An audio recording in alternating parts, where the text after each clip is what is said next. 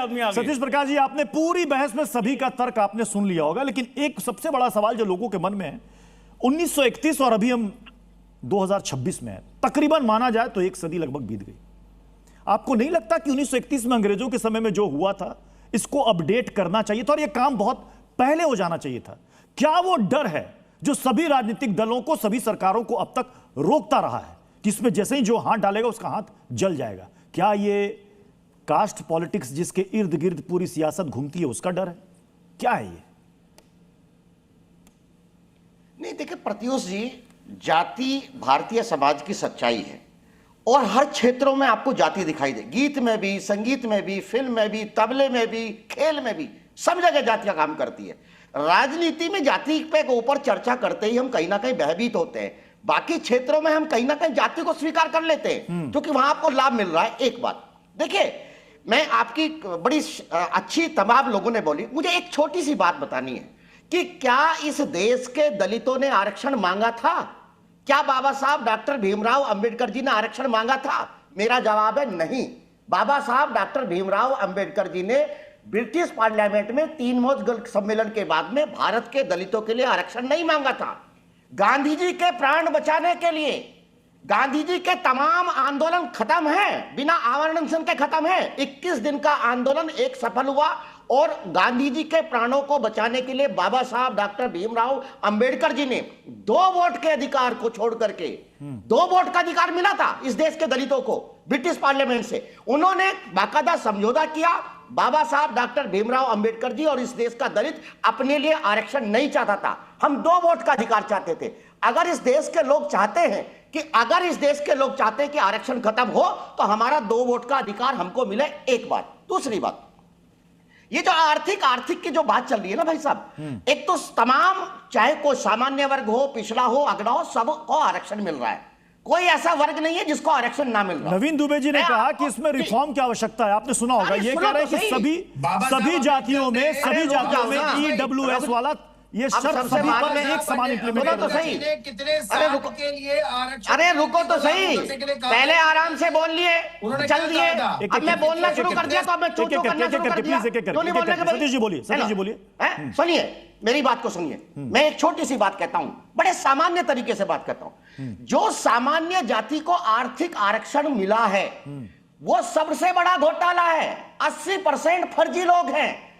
गरीब होने का सर्टिफिकेट। दुबे जी आप आराम से कीजिए। मैं दलित आदमी हूं, मैं सबसे बाद में बोला हूं, झूठन खाने की मेरी आदत है, आप चिंता ना करो, मैं आराम से सह लूंगा। कहिए अपनी बात कहिए। आप कोई बात नहीं, आप परेशान ना हो। मेरा मानना यह है, इसकी जांच कराओ। अगर मैं झूठ बोल रहा हूं, जांच कराओ, मेरे ऊपर मुकदमा लिखवाओ। आप सुनिए कैसे मिल रहा है, जाकर के पीजी में जाकर के देखिए, मेडिकल कॉलेज के प्राइवेट में ईडब्ल्यूएस के तहत 1 करोड़ रुपए दे करके बाकायदा सीट में एडमिशन है। जाकर के चेक करो, सब फर्जी है, सब फ्रॉड है। इस भारत में गरीब होने का सर्टिफिकेट की कीमत 100 रुपए है।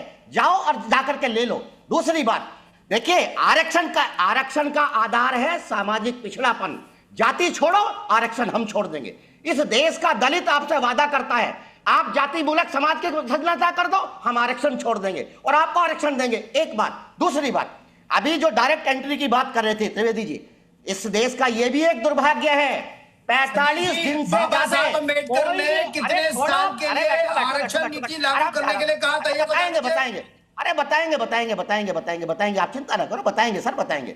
देखिए, इस देश में यह नियम है, बाकायदा संसद से पास है, 45 दिन से ज्यादा कोई भी कॉन्ट्रैक्ट बेस अपॉइंटमेंट होगा उसमें रिजर्वेशन फॉलो करना पड़ेगा, चाहे वो डायरेक्ट एंट्री हो, चाहे वो कॉन्ट्रैक्ट बेस्ड एंट्री हो। भारत सरकार ने गलती की थी, लेटरल एंट्री 45 दिन से ज्यादा की थी, वहां रिजर्वेशन देना चाहिए था, लेकिन वहां रिजर्वेशन नहीं दिया। दूसरी बात, मेरा मानना यह है, आरक्षण ही था आपका, मुझे बोलने का मौका दे दीजिए। सर, ये आरक्षण था आपका, आप इतनी देर लगातार निर्बाध रूप से बोले, मैंने इंटरप्ट नहीं किया। मेरा एक प्रश्न है, डॉक्टर साहब आप पढ़े लिखे व्यक्ति हैं। दुबे जी एक छोटी सी बात देखिए, ये भी बात का पता होना, सरकारी नौकरियों में आरक्षण 10 साल के लिए नहीं मिला है। पॉलिटिकल आरक्षण 10 साल के लिए। Yes. आप आज चाहो आज निकाल सकते हो। सरकारी नौकरियों में आरक्षण और भारत में आरक्षण अधिनियम भारत सरकार का नहीं है। तो क्रीमी लेयर की चर्चा छेड़ दी थी 1935 रवि है। जी। इस देश का दलित प्रोफेसर साहब मेरी बात सुन लीजिए, केवल 30 सेकंड की है और आप ही के समाज के बीच में मैं जाता हूं। इटावा में सेकूपुर जखोली गांव है, पता कर लीजिए, दलितों के 4000 की आबादी है। परसों मैं वहीं था। अब सुनिए मेरे से आप, क्या आप ये नहीं मानते हैं कि आरक्षण के ऊपर एक क्रीमी लेयर कुंडली मारकर बैठी है जो आखिरी पायदान पर खड़े हुए दलित का नुकसान कर रही है? प्रोफेसर सतीश जी को क्या आरक्षण त्यागने की आवश्यकता आज की तारीख में नहीं है? आप संपन्न हैं, प्रोफेसर हो गए, आपके बच्चे अच्छे स्कूलों में पढ़ रहे हैं, आप अच्छी फीस पे करने में क्षमता रखते हैं, और भैया समाज में कैसे आगे आओगे?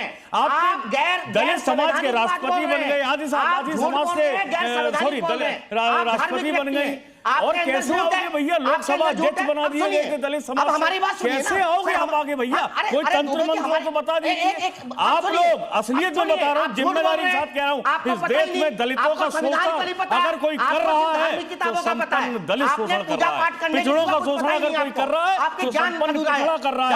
आखिरी पायदान पर खड़े हुए व्यक्ति को